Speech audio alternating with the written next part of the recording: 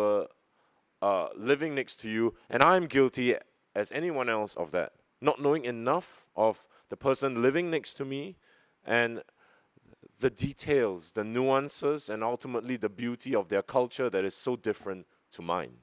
So that's my somewhat ennobling ambition behind making as crass a movie as Porn Masala.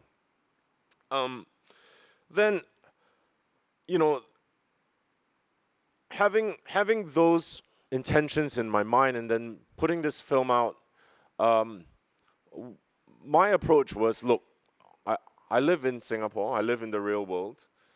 I don't live in America or the Philippines where freedom of speech is really sacrosanct to the extent where you can say just about anything and get away with it. Whether that is right or wrong is not my concern. The question is, I live in Singapore, and this is the reality of the world I live in. So what can I get away with? Or what statement can I make in as bold a way as I can make without causing harm? I made the assessment, rightly or wrongly, that Porn Masala is a film that would provoke discussion and debate without causing harm.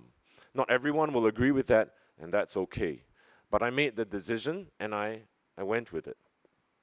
I did that, and just to test the waters, a full year before the theatrical release of Sex, Violence, Family Values, I submitted Porn Masala to the MDA for classification as a standalone, just to see if any alarm bells would go off.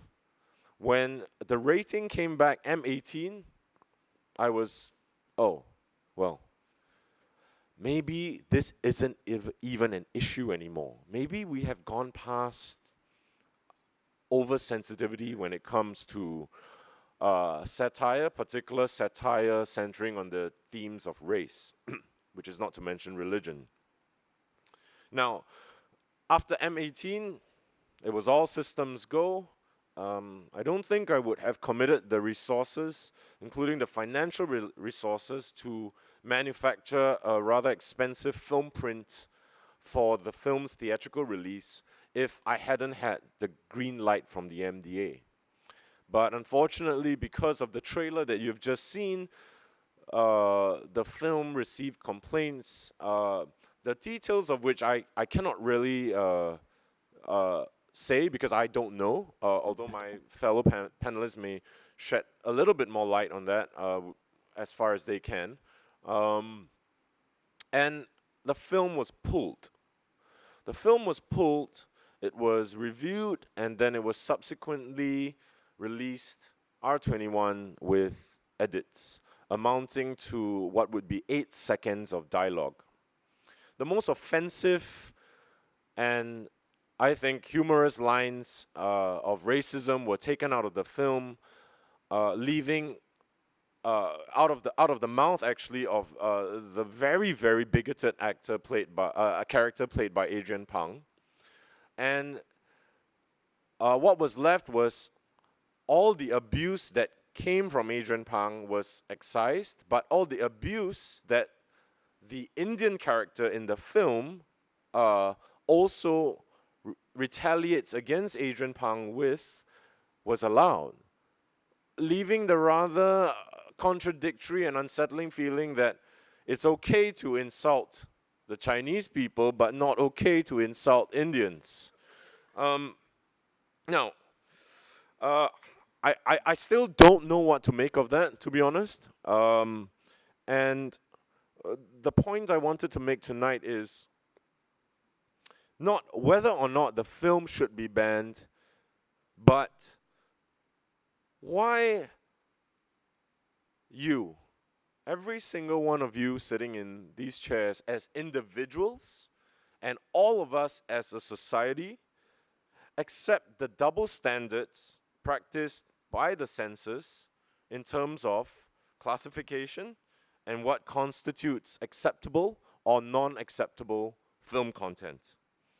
Why should my film be given an R21 with edits, and this upon appeal, mind you, when satirical films like Borat and The Dictator by the comedian Sacha Baron Cohen are passed R21 clean and without cuts.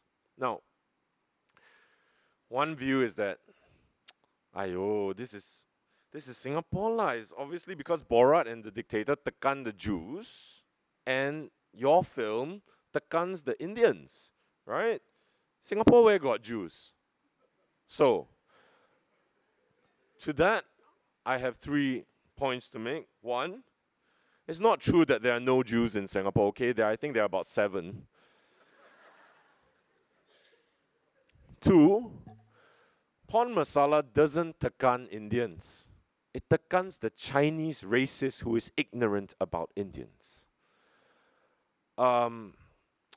John Louis, the Straits Times film critic, wrote a comment called "The Canary in the Coal Mine of Racial Speech" with reference to this film. And he said, perhaps Ken would have gotten away with it if he was a comedian like Russell Peters, who is ethnically Indian. Therefore, if you're Indian and you tekan Indian, it's okay. But I said to him later on when I met him that I'm not tekaning the Indian, I'm tekaning the Chinese. So I'm a Chinese tekaning the Chinese. Why is it that I'm sort of being ridden a little roughshod over this issue? Thirdly, my final point is, what if a foreign film and not a local film goes as far as to tekan a local community? What if there was such a scenario? And with that, Dexter, could you play that clip? It's at 3 minutes 33. Now, before you do that, Dexter, let me just give everyone a bit of context on this. This clip is from a movie called The Exotic Marigold Hotel. It's a 2011 British comedy. It stars a lot of British luminaries, wonderful mainstream comedy. And the context of this particular scene that you're about to see is that an elderly, old-fashioned English woman, played by Maggie Smith, wonderful Maggie Smith, has broken a hip. She's broken a hip and she's been offered a hip replacement, but under a special medical program that requires her to travel overseas. In fact, she has to travel to India to have her operation. Now you'll see in the video that she's very, very reluctant to go to India. But how she expresses her reluctance, well, let's take a look. You know it'll be there. Indians. Loads of them. Brown faces and black hearts. Reeking of curry. You never see one on their own, do you? I mean, they move in packs. Makes it easier to rob you blind. Cut your throat. You know what? You can rule yourself from here. Well, you're supposed to take me to my flat. My wife's from Mumbai. Well, don't blame me, mate. You married her. Has everyone digested that scene? Just to reiterate, because the sound wasn't very good. There's Maggie Smith going, you know what's going to be in India? Indians. Loads of them. Dark faces and black arts, reeking of curry. You never see them traveling alone, do you? They travel in packs. It makes it easier to stab you and rob you blind, and that's when the Indian medic stops her. Now, what do you think this film got passed in Singapore? M18? Anybody? R21?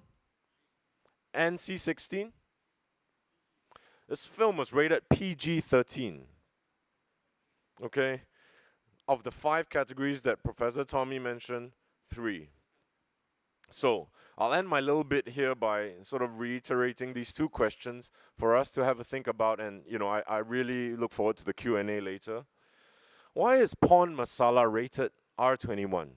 Okay, a comedy that is satirical and whose protagonist is a ridiculous racist that I mock, played by Adrian Pang, and The Exotic Marigold Hotel, which is a straightforward, non-satirical, mainstream comedy whose protagonist is a ridiculous racist portrayed by Maggie Smith. Why is Porn Masala R21